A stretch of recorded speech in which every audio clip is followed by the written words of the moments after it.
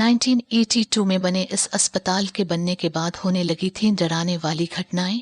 माओ भूत प्रेत की कहानियां को बचपन से हम अपने दादा दादी या फिर नाना नानी से सुनते चले आ रहे हैं। पर मौ के अस्पताल वाले भूत के बारे में दावा किया जाता है कि ये किस्सा नहीं बल्कि सच्चाई है।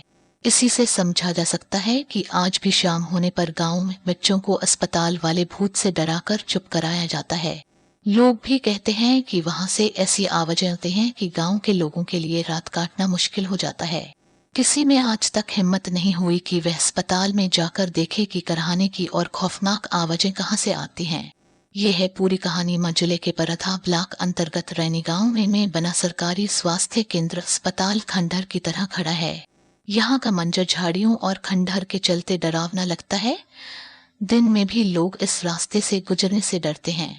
घने झाड़ियों के बावजूद रास्ता इतना साफ दिखता है जैसे अभी किसी ने साफ किया हो, जबकि बताते हैं कि वहां सफाई नहीं होती। गांव वालों की माने तो अगर दिन के 12 बजे अस्पताल के पास के कोई गुजरा तो उसकी हालत खराब हो जाती है। कई बार तो लोगों को लगता है कि अस्पताल में खूब भीड़ है और लोगों के रोने की आवाजें आती हैं। यही नहीं, खौफ इस बात से भी होता है कि पक्षी भी इस खंडहर और इसकी दीवारों पर नहीं बैठते। सूरज डूबते गांव के लोग उस रास्ते को सुनसान छोड़ देते हैं। अगर बहुत मजबूरी हुई तो वहां से झुंड बनाकर गुजरते हैं। उन्हें हर समय इस बात का डर लगा रहता है कि किसी भूत का साया न पड़ जाए। रैनी गांव के लोग ऐसे ही रहते हैं। ये भी दावा किया जाता है कि आधी रात के समय उल्लू के रोने की आवाजें आती हैं। आवाजों को सुनकर ऐसा लगता है जैसे किसी ने पिघला हुआ शीशा कान में डाल दिया है। रात होती है तो गांव वाले किसी इंतजार करते हैं कि किसी तरह से ये रात कटे और सुबह हो, क्योंकि उन्हें गांव की रात डराती है। वे रात में दहशत में रहते हैं। गांव के लोग कहते हैं कि ऐसा लगता है जैसे रात कटती ही नहीं।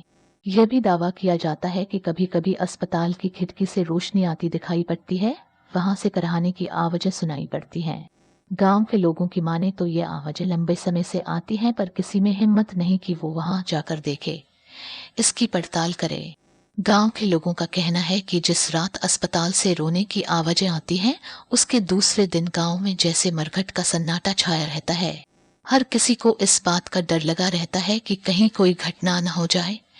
इस कहानी के भाग 2 के लिए मेरे चैनल को सब्सक्राइब करें और घंटी के आइकन को दबाएं।